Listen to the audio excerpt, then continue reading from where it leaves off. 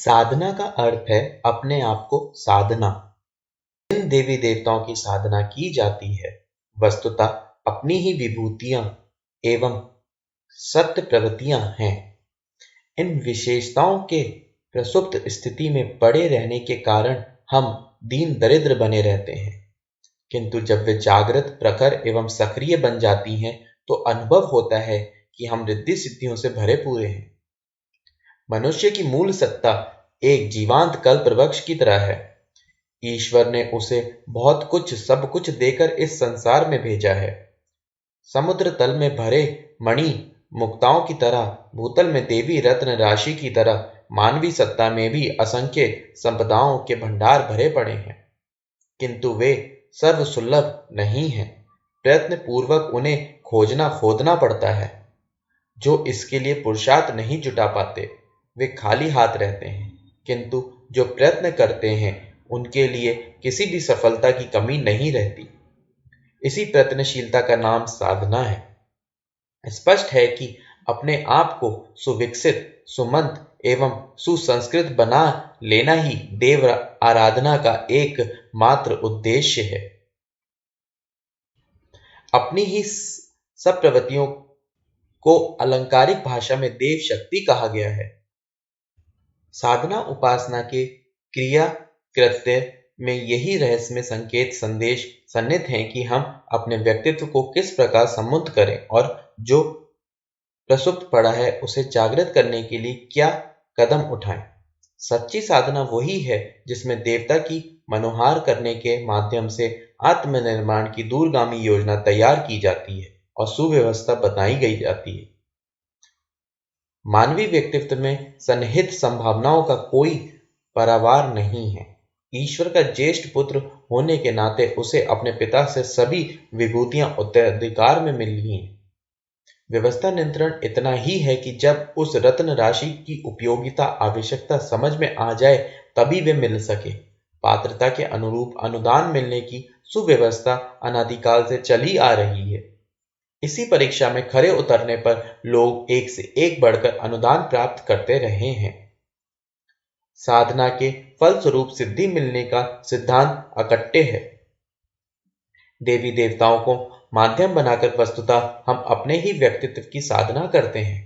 अनगढ़ आदतों की, बेतुकी इच्छाओं और अस्त व्यस्त विचारणाओं को सभ्यता एवं संस्कृति के शिकंजे में कसकर ही मनुष्य ने प्रगतिशीलता का वरदान पाया है। इसी परंपरा को जो अपने व्यक्तित्व जीवन में जितना क्रियान्वित कर लेता है वो उतना ही श्रेयाधिकारी बनता है। मानव व्यक्तित्व एक प्रकार का उद्यान है। उसके साथ अनेकों आत्मिक और भौतिक विशेषताएं जुड़ी हुई हैं। उनमें से यदि कुछ को क्रमबद्ध, व्यवस्थित और विकसित बनाया जा सके तो उनके स्वादिष्ट फल खाते खाते गहरी प्राप्ति का आनंद मिलता है। पर यदि चित्तगत वृत्तियों को, शरीरगत प्रवृत्तियों को ऐसे ही अनियंत्रित छोड़ दिया जाए तो वे भाड़े एवं उद्दत स्तर पर बढ़ती हैं और दिशा विहीन हो जाती हैं, और उसके कारण जंगली झाड़ियों की तरह उसे समूचे क्षेत्र को अगम्य एवं कंट काकण बना देती हैं। जीवन कल्प वृक्ष की तरह असंख्य सत्य परिणामों से भरा पूरा है, पर उसका लाभ तभी मिलता है जब उसे ठीक तरह साधा संभाला जाए। इस क्षेत्र की सुव्यवस्था के लिए की गई चेष्टा को साधना कहते हैं। कितने ही देवी देवताओं की साधना की जाती है और उससे हम वरदान पाने की बात पर विश्वास करते हैं। इस मान्यता के पीछे सत्य और तथ्य इतना ही है कि इस मार्ग पर चलते हुए अंतच्छेद की श्रद्धा को विकसित किया जाता है, आदतों को नियंत्रित किया जाता है। इन सबका मिला जुला परिणाम व्यक्तित्व पर चढ़ी हुई दुष्प्रवृत्तियों का निराकरण करना तथा सत्य प्रवृत्तियों को स्वभाव का अंग बनाने में सहायक सिद्ध होता है। सुसंस्कारों का अभिवर्धन प्रत्यक्ष दैवी वरदान है। उसके मूल्य पर हर व्यक्ति अभीष्ट प्रयोजनों की दिशा में अग्रसर हो सकता है। साधना आत्मिक क्षेत्र में भी होती है और भौतिक क्षेत्र में भी। कदम जिस भी दिशा में बढ़ते हैं प्रगति उसी ओर होती है। अपनी सतर्कता पूर्ण सुव्यवस्था जिस भी मार्ग पर गतिशील कर दी जाए, उसी में एक के बाद एक सफलता के मील पत्थर मिलते चले जाएंगे। साधना का महत्व किसान जानता है। पूरे वर्ष अपने खेत की मिट्टी के साथ अनवरत गति से लिपटा रहता है और फसल को श्वेत कर्णों से नित्य ही सींचता रहता है। सर्दी गर्मी की परवाह नहीं, जुकाम खांसी की चिंता नहीं। शरीर की तरह ही खेत उसका कर्म क्षेत्र होता है। एक एक पौधे पर नजर रहती है। खाद पानी निराई गुड़ाई से लेकर रखवाली तक के अनेकों कार्य करने से पूर्व वो आवश्यकता समझता है और किसी के निर्देश से नहीं, अपनी गति से ही निर्णय करता है कि कब क्या और कैसे क्या किया जाना है। किसी के दबाव में नहीं, अपनी इच्छा और प्रेरणा से ही उसे खेत की, उसे संभालने वाले बैलों की, हल कुदाल आदि संबंध उपकरणों की व्यवस्था, जुटाए रहने की सूझबूझ सहज ही उठती और स्व संचालित रूप से गतिशील होती रहती है। ये सब होता है बिना थके, बिना उबे, बिना अधीर हुए। आज का श्रम कल ही फलप्रद होना चाहिए, इसका आग्रह उसे तनिक भी नहीं होता। फसल अपने समय पर पकेगी, तब तक उसे धैर्यपूर्वक प्रतीक्षा ही करनी होगी। ये जानने के कारण अनाज की डेयरी कोठे में भरने की आतुरता भी उसे नहीं होती।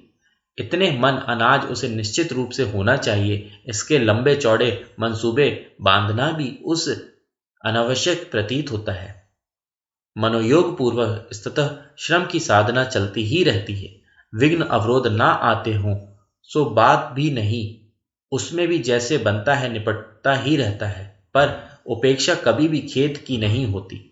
उसकी आवश्यकता पूरी किए बिना चैन ही नहीं पड़ता। समयानुसार फसल पकती भी है, अनाज भी पैदा होता है, उसे ईश्वर को धन्यवाद देता हुआ घर ले जाता है। कितने मन अनाज पैदा होना है ये कभी सोचा ही नहीं, तो असंतोष का कोई कारण भी नहीं। जो मिला उसे ईश्वरीय उपहार समझा गया। यही है किसान की साधना, जिसे वो होश संभालने के दिन से लेकर मरण पर्यंत स्थिरता निष्ठा के साथ चलाता ही रहता है। न विश्राम, न थकान, न ऊब, न अन्य मनसकता।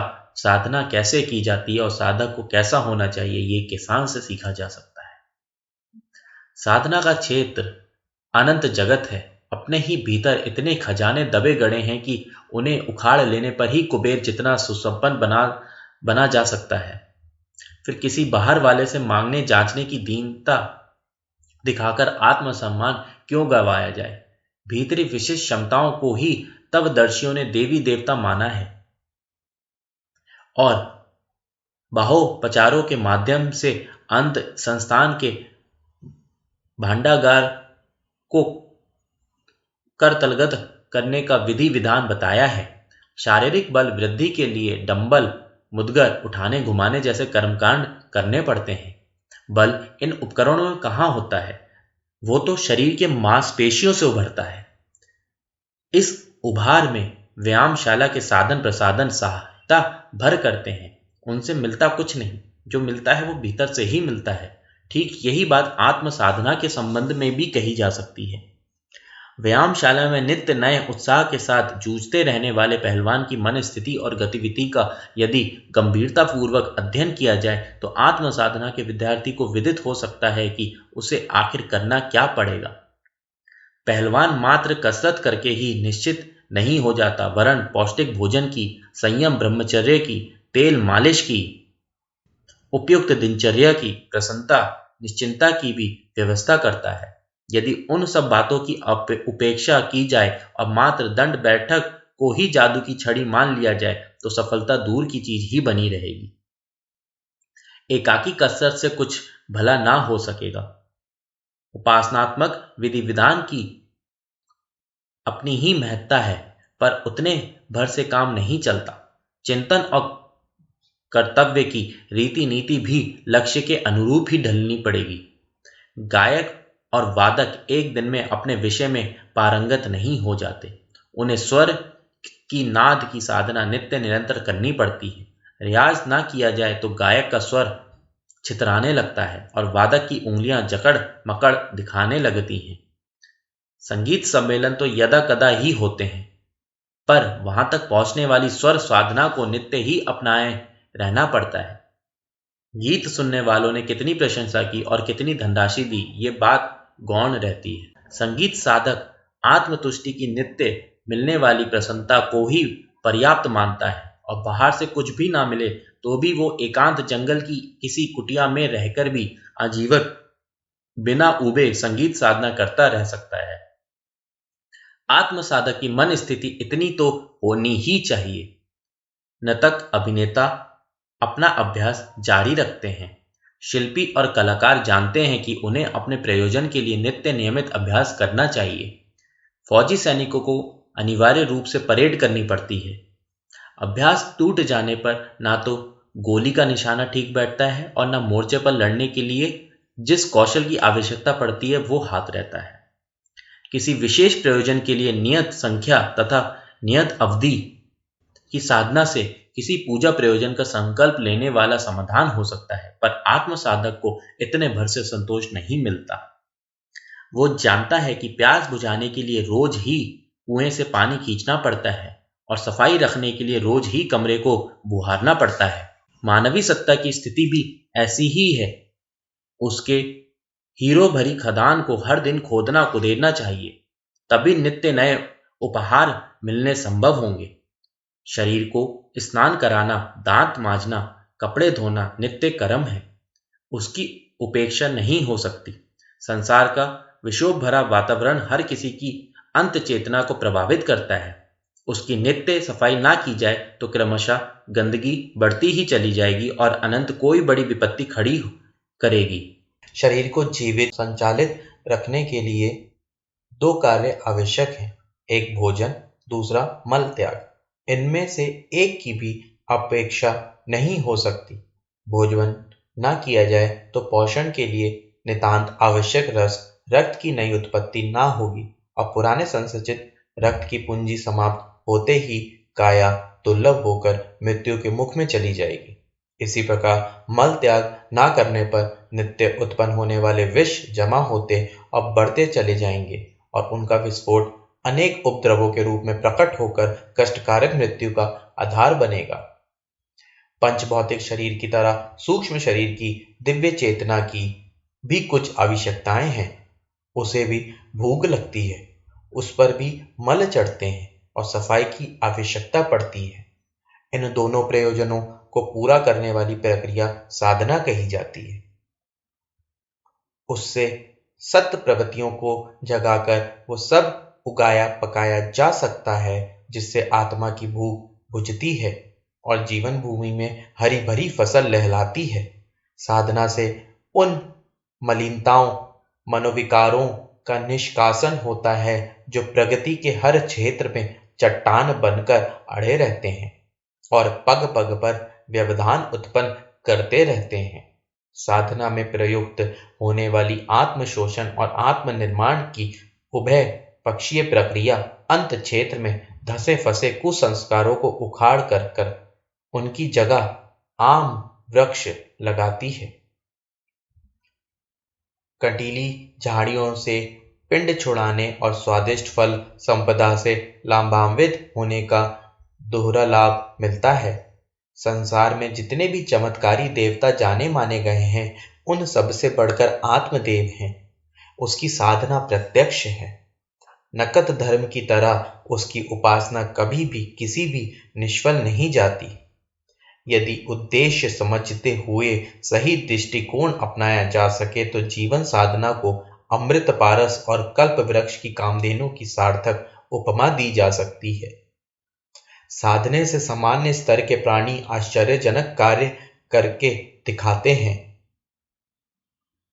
वन गाय मनुष्य को पास भी नहीं आने देती और खेत को उजाड़ कर रख जाती हैं, पर जब वे पालतू हो जाती हैं तो दूध, बछड़े, गोबर आदि बहुत कुछ देती हैं। स्वयं सुखी रहती हैं और उसके पालन वाले भी लाभान्वित होते हैं। यही बात अन्य पशुओं के बारे में भी लागू होती है। जंगली घोड़े, कुत्ते, सुअर, हाथी आदि स्वयं भूखे मरते, कष्ट उठाते और अनिश्चित जीवन जीते हैं। पालतू बन जाने पर वे स्वयं निश्चित पूर्वक रहते हैं और अपने पालने वाले को लाभ पहुंचाते हैं। अपने भीतर शरीर तथा मन क्षेत्र में एक से बढ़कर एक शक्तिशाली धाराएं प्रभावित होती हैं। वे निरुद्देश्य और अनियंत्रित स्थिति में रहकर वन्य पशुओं जैसी असंगत बनी रहती हैं। फलतः विकृत होकर वे सड़ी दुर्गंध की तरह अपने समूचे प्रभाव क्षेत्र की विषैला बना देती हैं।